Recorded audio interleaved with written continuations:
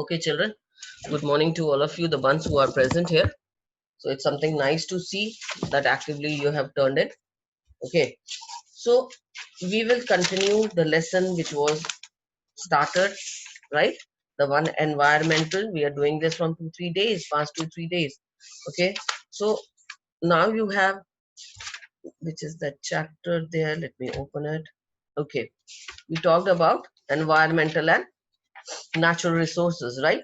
So again, I will be repeating in the sense that we touched up the environmental concern, right, in global politics. We talked about the global commons. We talked about Earth Summit.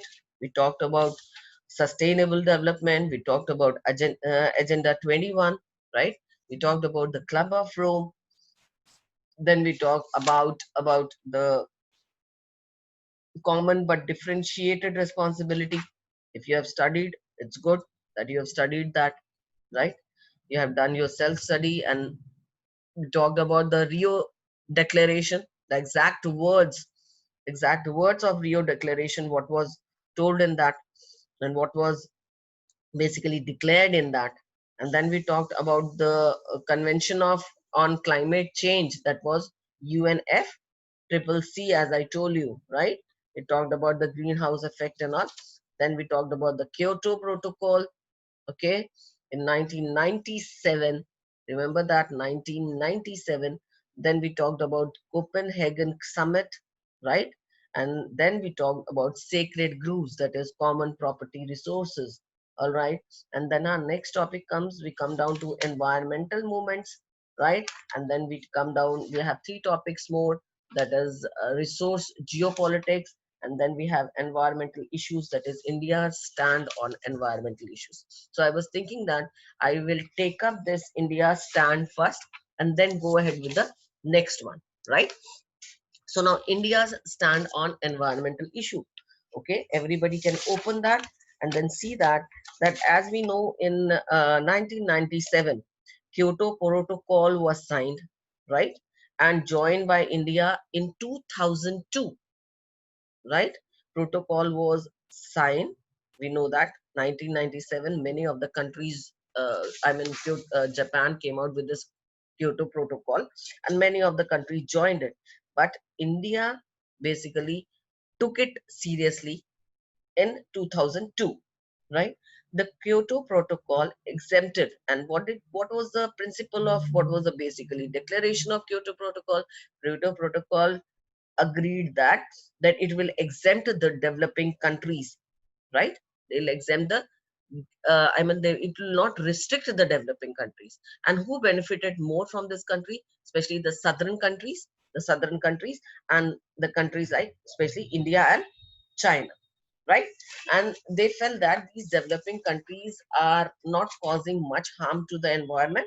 It is the developed countries who have already caused the harm to the environment. It is this developed country which has already caused harm to the environment, right? So that's why they were exempted. Okay, then they say that they believe that greenhouse effect was caused during the era of industrialization, leading to climate change and global warming. And who did this industrialization? It was in UK, it was in England, and then how it rushed off to the superpowers, the major developed countries. And so they only are the reason for creating this global warming. So they have to work hard on it, right? And but the critics, the critics of Kyoto Protocol, however, pointed, all right, they pointed that if the restrictions are not, if they are totally exempted, if developing countries are totally exempted from uh, these restrictions, they can later be the cause of greenhouse effect in a drastic manner, right? And India and China has to be, they'll be the leading contributor. They'll be the leading contributor to the emission of greenhouse gas. Why? Because India and China are the fast developing countries, right? India and China are the fast developing countries, right? So, however, in June, right, June 2005, that is a G8, group of 8 countries, G8 summit was held. It was called upon by India, It was called upon by India. And here India clearly stated that the per capita emission, right? Per capita emission rates of developing states were only a tiny fraction of the contribution of the northern world, right?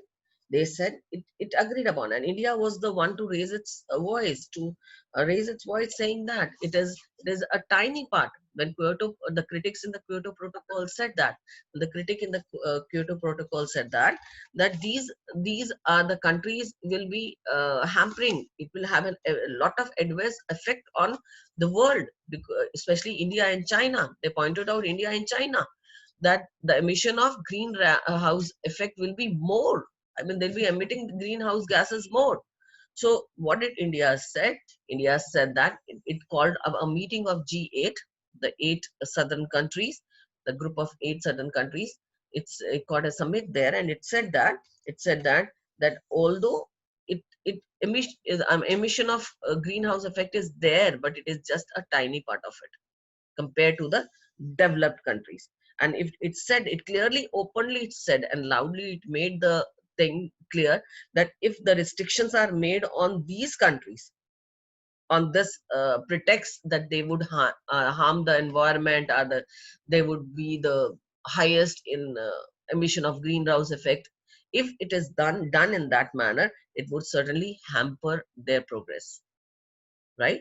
So India voiced it, said that it would hamper their progress.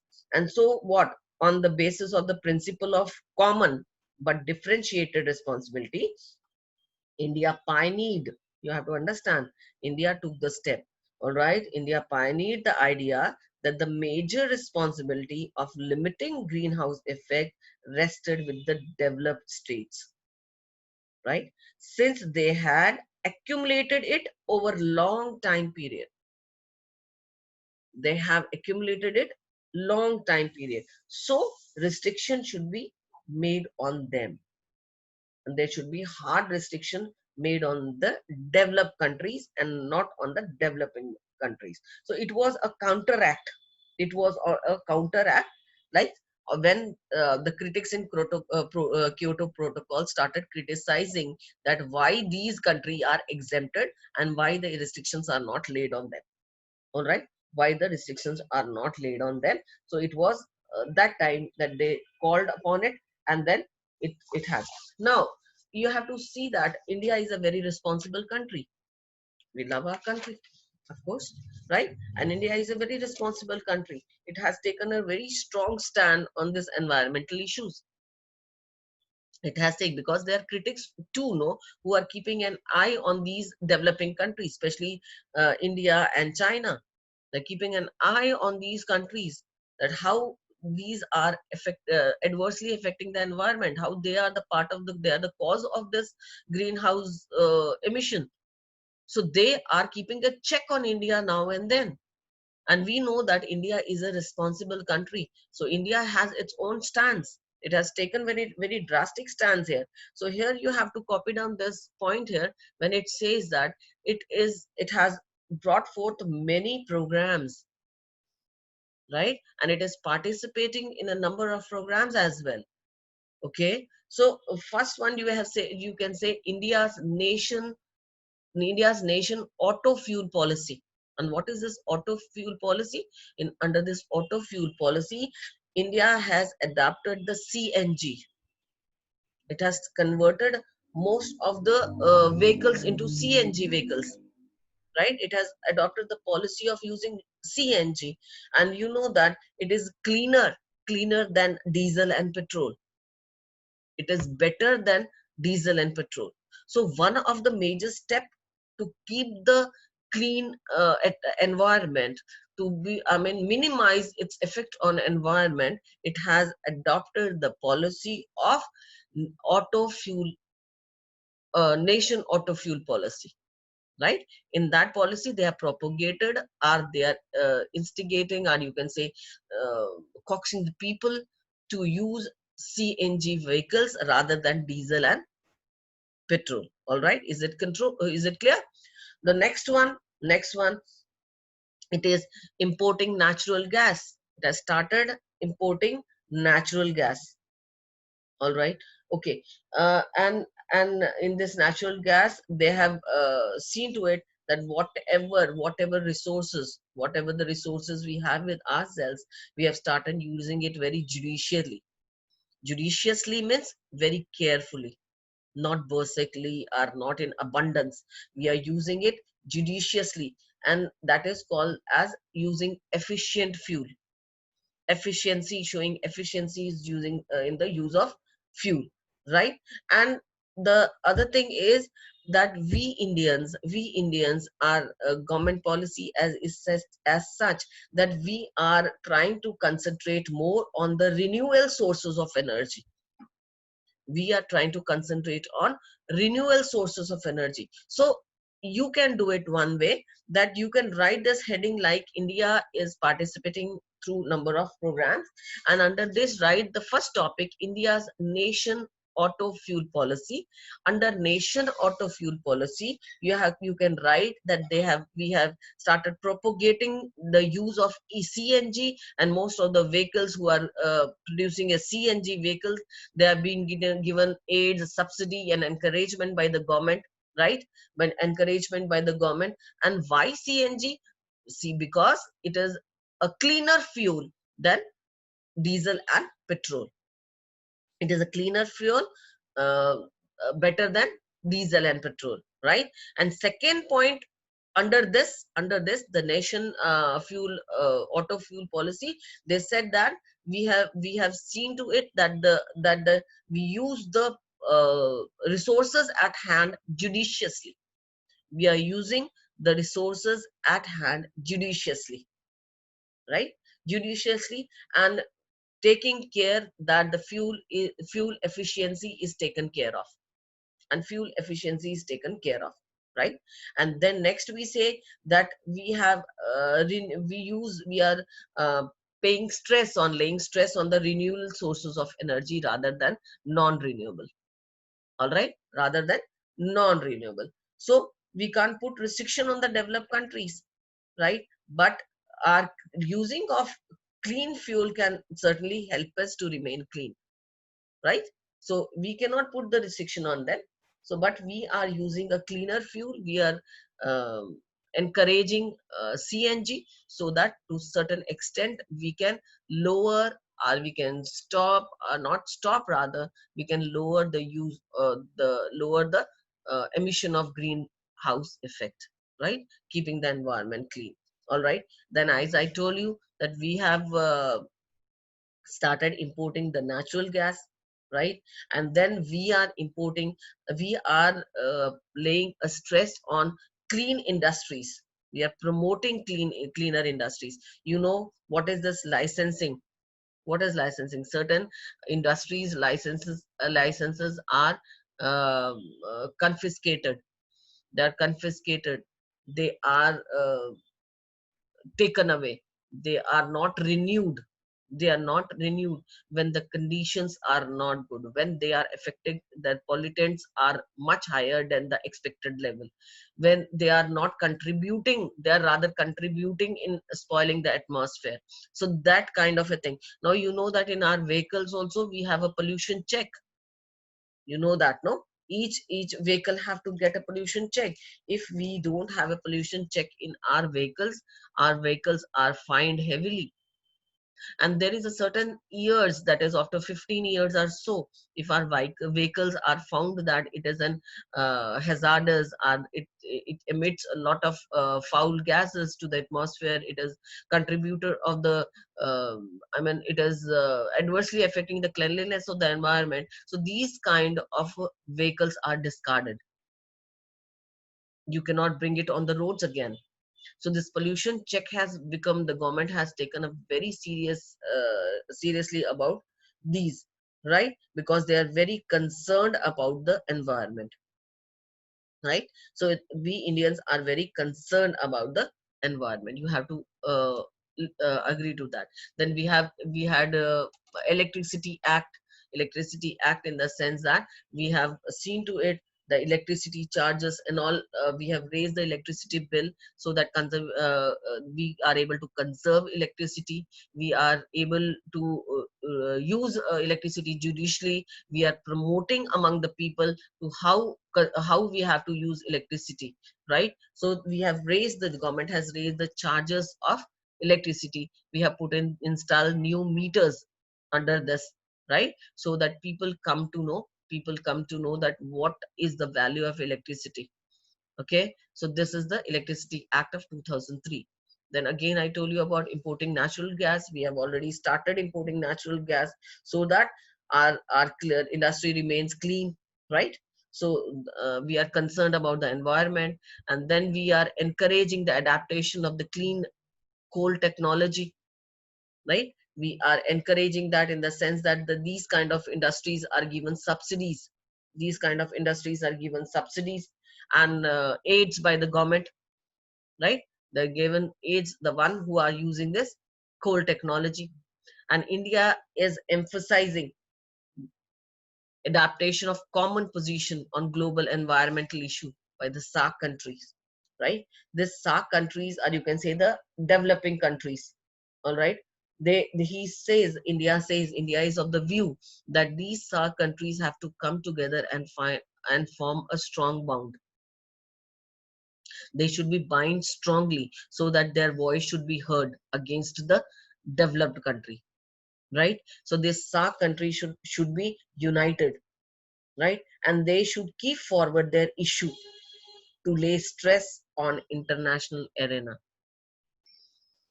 They have to make their voice, they have to make their voice felt.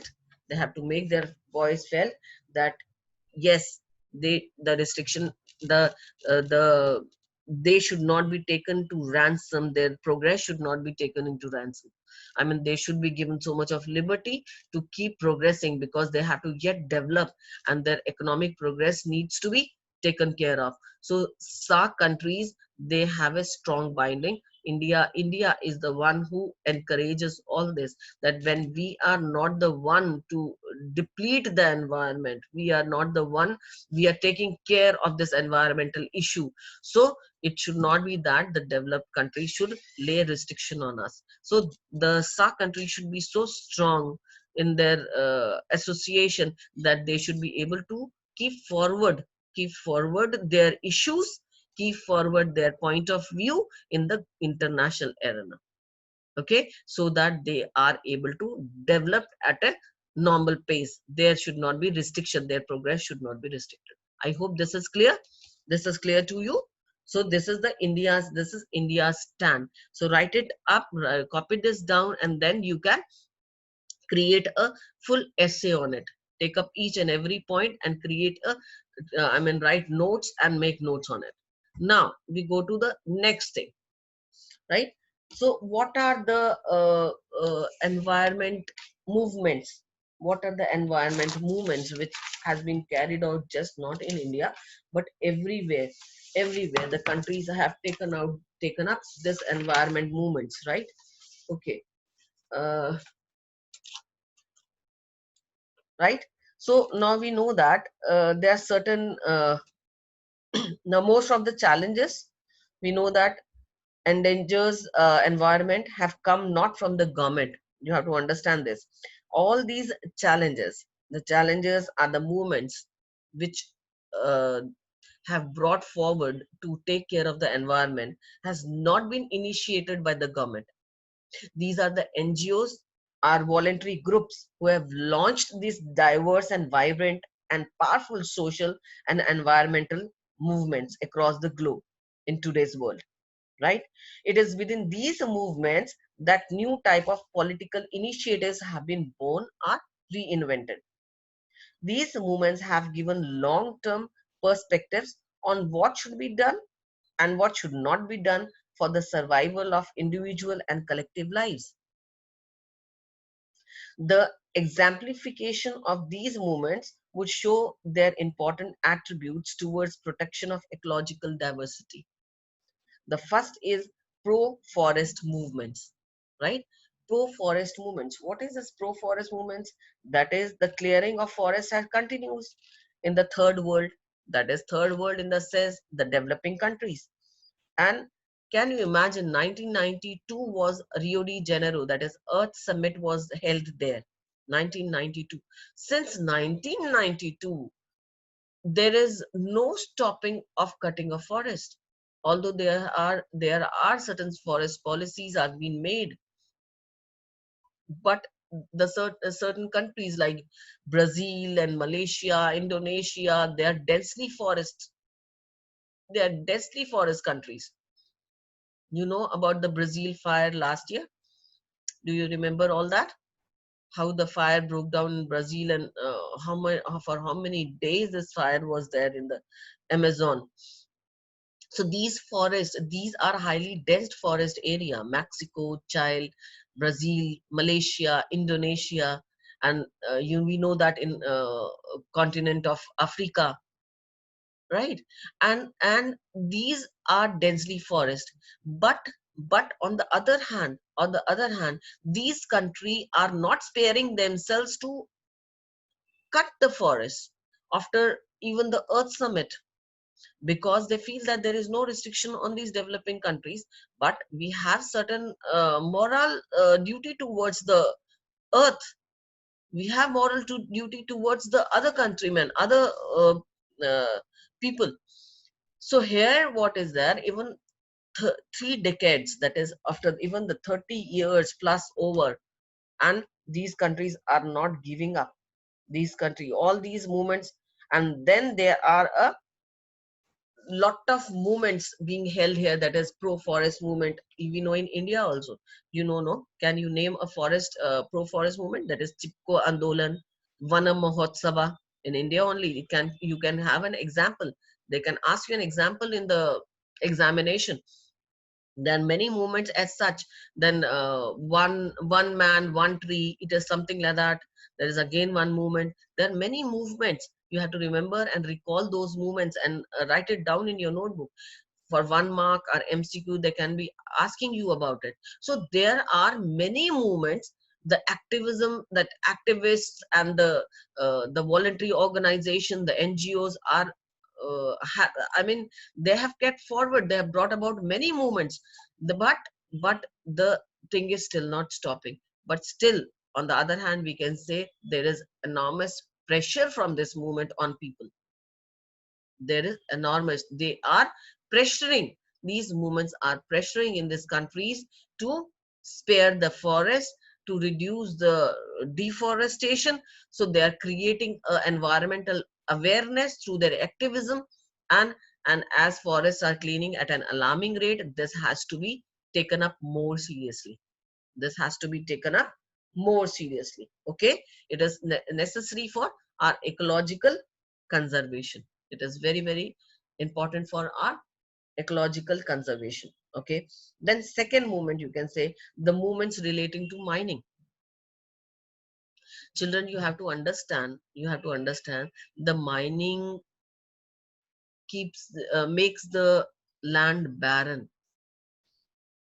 right? And the other thing is the extraction in this mining involves use of chemicals, strong chemicals, which pollutes the land and water, right? And clears up the natural vegetation forever, making the land barren. So there are certain people, certain activists who come forward to, we cannot ban this, but we can ban a chemical, certain chemicals can be banned. So they protest against this mineral extraction activities, right? And you have to understand WMC. Now I'm giving you a biggest example here. Now, as we studied in our previous chapter, that the multinational companies have started coming in, right? Multinational started companies have started coming in. So what is this multinational companies? They usually look for a base in the underdeveloped or developing countries. You have to understand this very clearly. These multinational companies are the companies which come from the developed country, and they look for their base are the market in the developing countries, are the underdeveloped countries. When they look for the market, or they look for the base, usually they put their plant there in that particular underdeveloped or developing countries, the countries where they uh, plant their business. And do you think they have any they don't understand any moral obligation towards that country? They are not attached to that country in any way, because it is not their motherland. They are not attached to any their kind of their environment. They are not attached to their seas, their rivers. They are polluting. They don't take care of the norms, because as we said, by the coming of MNC, the hold of government is loosened a bit. Government is not taking so much of care to, because they're getting a lot of money through, they're making a lot of money, the country makes a lot of money through MNCs. So the hold of the government gets little loosened up, right? As it tightens the grips around the local people, it is not able to tighten the grip around this MNCs, right? Their policies get little loosened up. So what happens? These MNCs come and exploit the other developed or developing or underdeveloped countries to utmost benefit of theirs. They make use of it for the utmost benefit of theirs. And then biggest example I'll give you here, this in the Western Mining Corporation, that is WMC. It's of Australia. This company of Australia settled up in Philippines, right? Settled up in Philippines. And what this they did in Philippines, in the sense that it was responsible, it was this Australian company was responsible for exploiting this local land, right? So exploiting this local land to the utmost, to the maximum, to optimal level. They were causing pollution. They were using all the natural resources berserkly, how much ever they could use for their own benefit, right? Because they were getting, when they go to a developing country or underdeveloped country, they get the things, raw material, in cheaper. So they fix their plant there only, right? Instead of getting it from their motherland, they try to produce it in their the land where they have this MNCs, right? So they make use of all the natural resources of that land, irrespective of how they are damaging that local that land of the developed or developing other developed underdeveloped land, right? So there it was that first time ever the local population came forward to protest that. They protest they protest against this Australian Mining Corporation, because they felt that they are misusing their land and they are ruining their land for their own profits, right? So India also there are many such, in India also there are many such voluntary organization, many such NGOs who are doing this work by coming forward, right? They are going against these MNCs.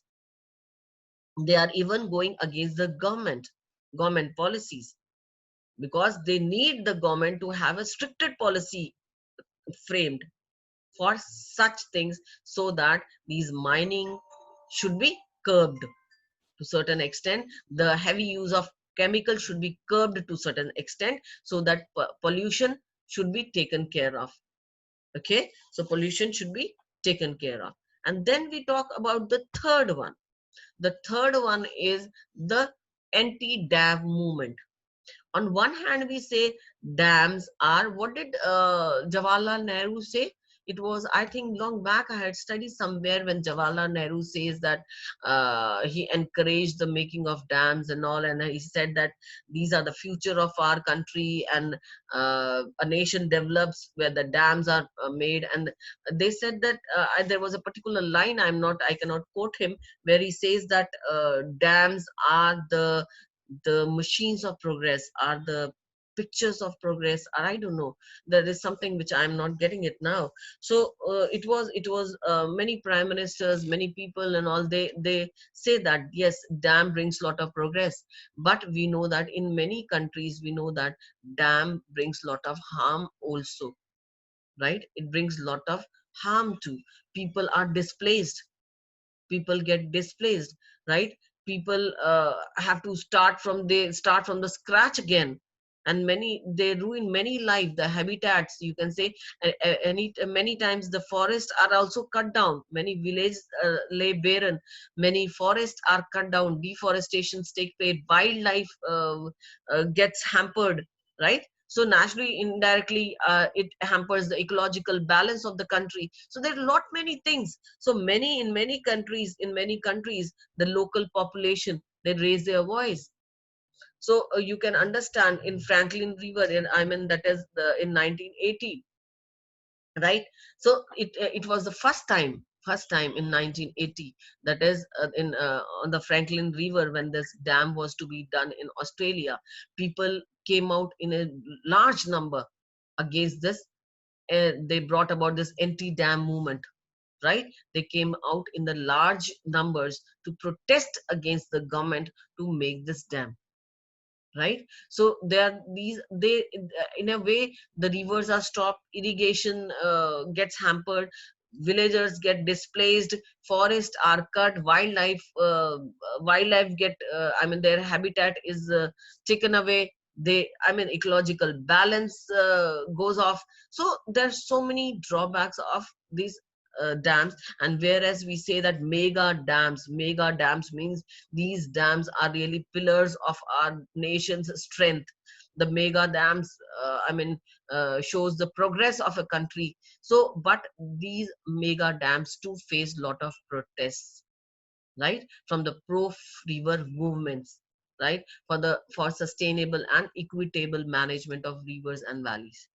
There were lots and lots of movements there. And nevertheless, we know about Narmada Bachao Andolan, the biggest Andolan in our country, right? It was an anti-dam movement by, again, who is the main pioneer of this Narmada Bachao Andolan? Yes, come on, the famous name. And she's from years, she's into it from years. Now she's getting old. When she was a young girl, young woman, from that time onwards, she left her job and she's into it. And till now also, her name is associated with Narmada Bachao Andolan, Medha Patkar. You don't have to, yes, you don't have to forget that name there. So Narmada Bachao Andolan, when people are protesting, and it's been years rather, when these people are protesting, when this pioneer Narmada, this Megha Patkar, she's left, so her job, left everything, and she's totally into it. There are Arundhati Roy, and there are many uh, environmentalists, many thinkers, many philosophers.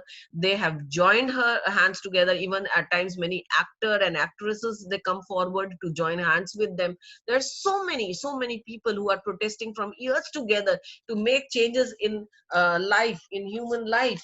But the changes are not materialized.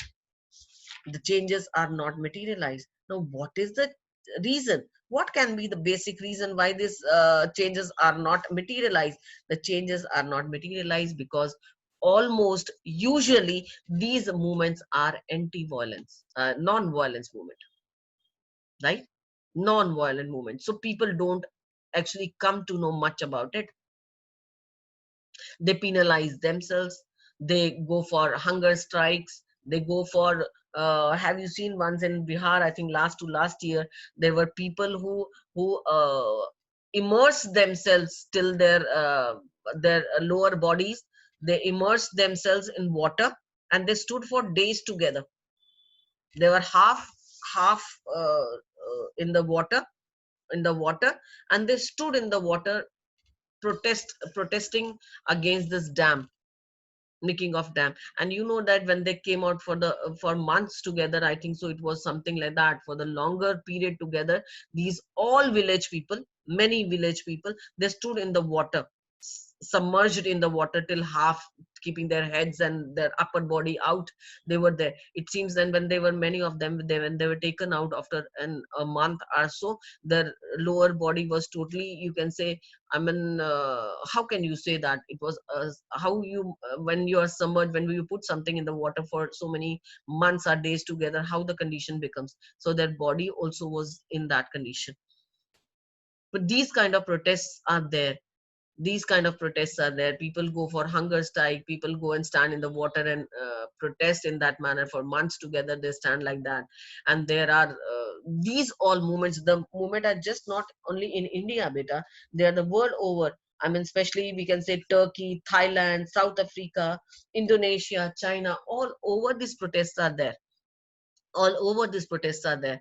But it does not bring any, it does not lead to any specific or concrete solace to them, or any concrete I mean, results have come over, just because they are protesting in very smooth manner, in very calm manner, and they are protesting for their lives. They are protesting to save the environment, right? So these are the three movements which the Indians to, I mean, everywhere, not in India, everywhere, the common, the local population is standing for them, right? Standing for the saving the environment. The local population, the voluntary organization, the NGOs, then they are coming forward to it. So in a certain manner, I think they put a lot of pressure.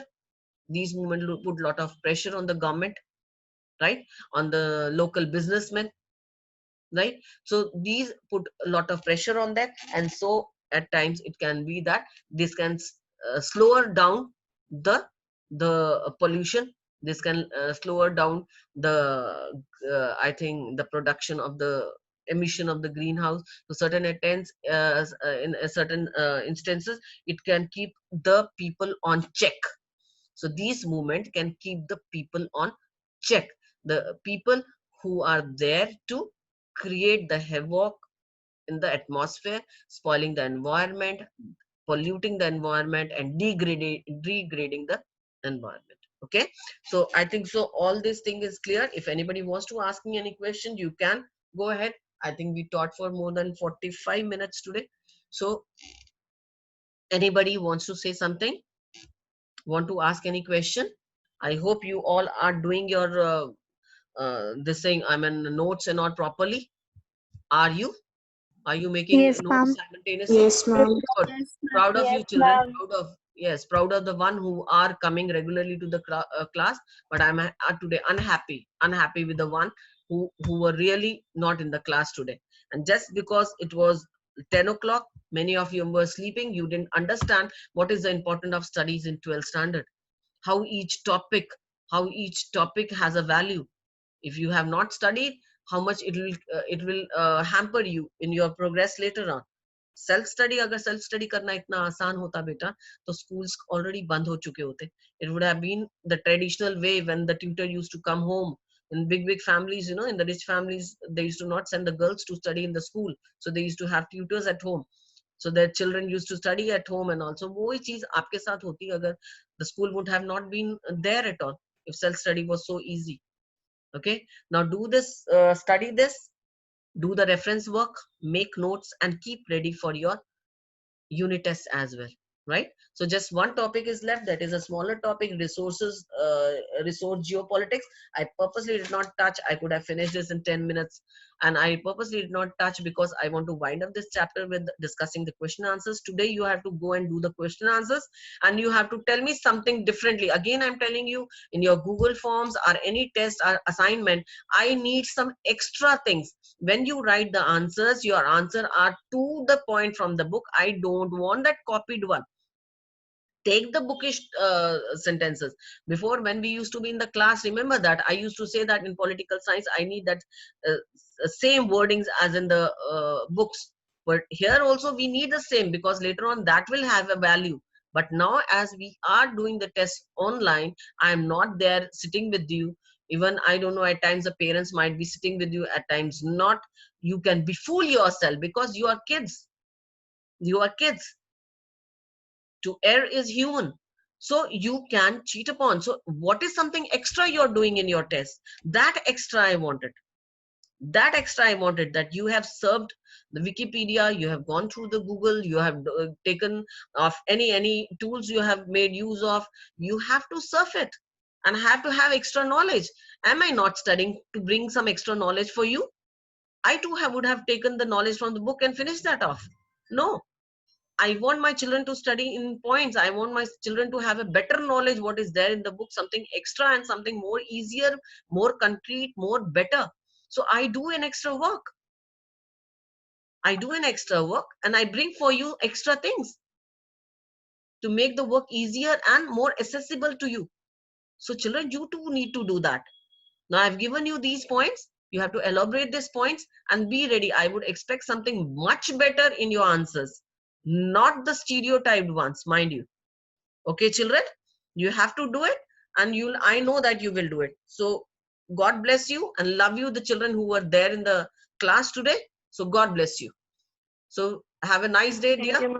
Have a nice day. Thank you, ma'am. I'll see you for the next video. Thank you, Thank you, ma'am. ma'am. God bless you, beta. God bless you. Take care. Take care.